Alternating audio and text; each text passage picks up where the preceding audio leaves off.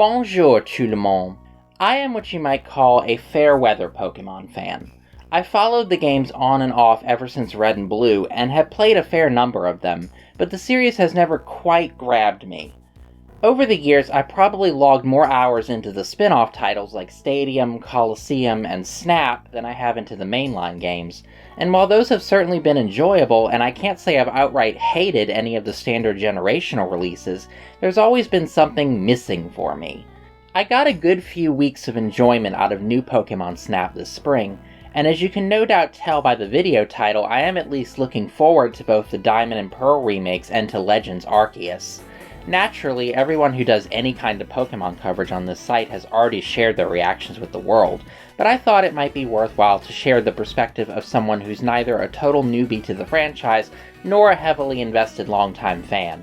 Truth be told, I think part of what's kept me from getting too invested in Pokémon all this time is that my feelings on the series have always been a little out of step with those of its fanbase, or at least those of its vocal minority online.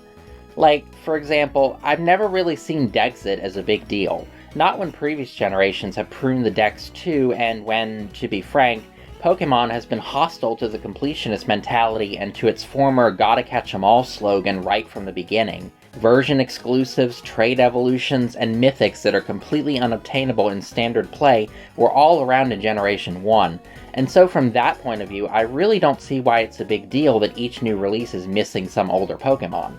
Sure, if the ones that are left out are personal favorites of yours, but is that really a deal breaker?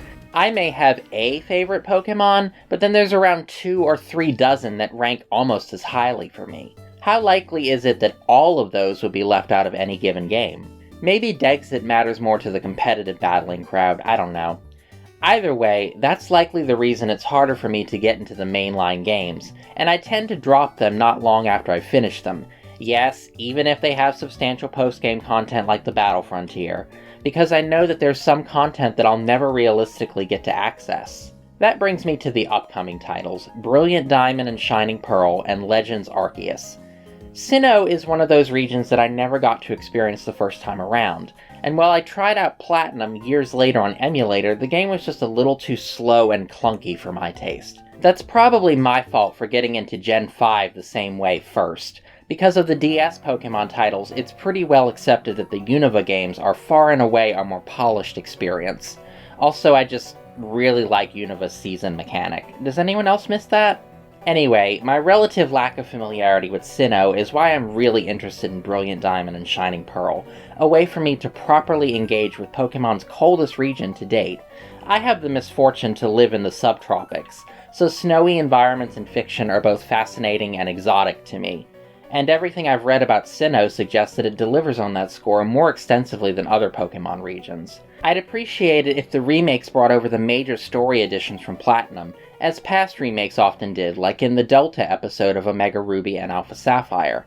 I also enjoy the cutesy art style on display in the remakes, as it reminds me a bit of the creative flair of the Link's Awakening remake, and is just generally well suited to the tone of Pokémon. As another example of my inability to understand certain loud opinions on this franchise, it's odd to me that there are some fans complaining about the more cartoony style after Sword and Shield were raked over the coals for their more realistic but also noticeably dated visuals.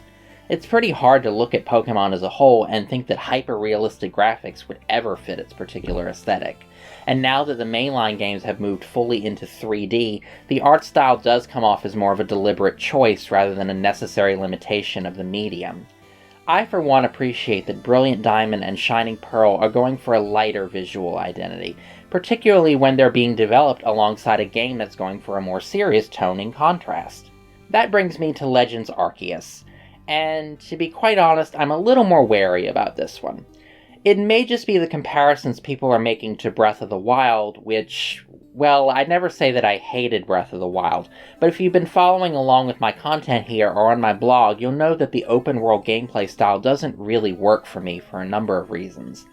I imagine that'll be less of an issue with Pokémon simply because I'm already less invested in the franchise than I am in something like The Legend of Zelda, and when this series has gotten me to enjoy types of gameplay I'm normally pretty indifferent to, like Pokémon Snap and rail shooters.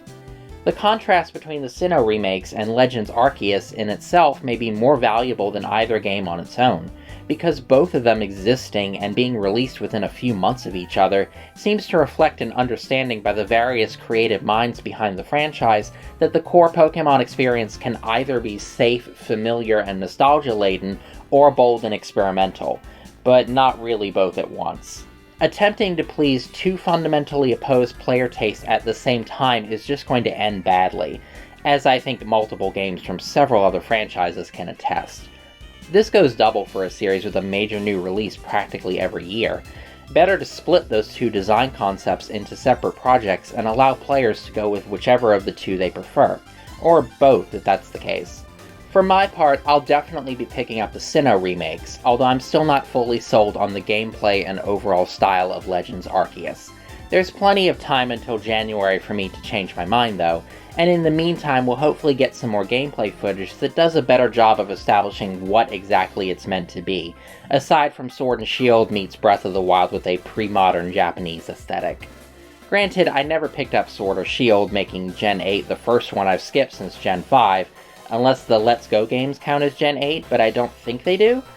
But just because I've never heard anything very impressive about those games doesn't mean that I think Pokémon is only going downhill or whatever.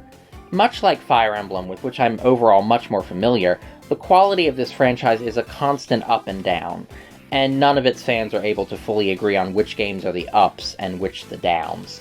I, for example, really enjoyed the Kalos games, even if they were too easy and felt like they never got a proper ending in the form of a third game or sequels, and I admire the Alola games for trying something new with the tried and true Pokémon game structure, and for centering a more emotionally and psychologically fraught set of characters than this series is used to dealing with. I can't say I have any similar nostalgia for Sinnoh, so if I have fun revisiting the region it won't be on those merits, but I didn't play Gen 2 until years after playing and loving Soul Silver, so it wouldn't be the first time a second round of a Pokémon region did well enough to get me invested. We'll have to see, and you may be seeing along with me if I'm still making videos come November. Fingers crossed. What do you guys think, though? Like and subscribe and all that, of course, but I'm curious to hear some other impressions of these upcoming games, and whether there's any interest in me doing some longer Pokémon content down the line. Let me know in the comments below. I really enjoy all the feedback that I get here and on my blog regarding my content, especially when I'm in between big projects like I am at the moment. Au revoir!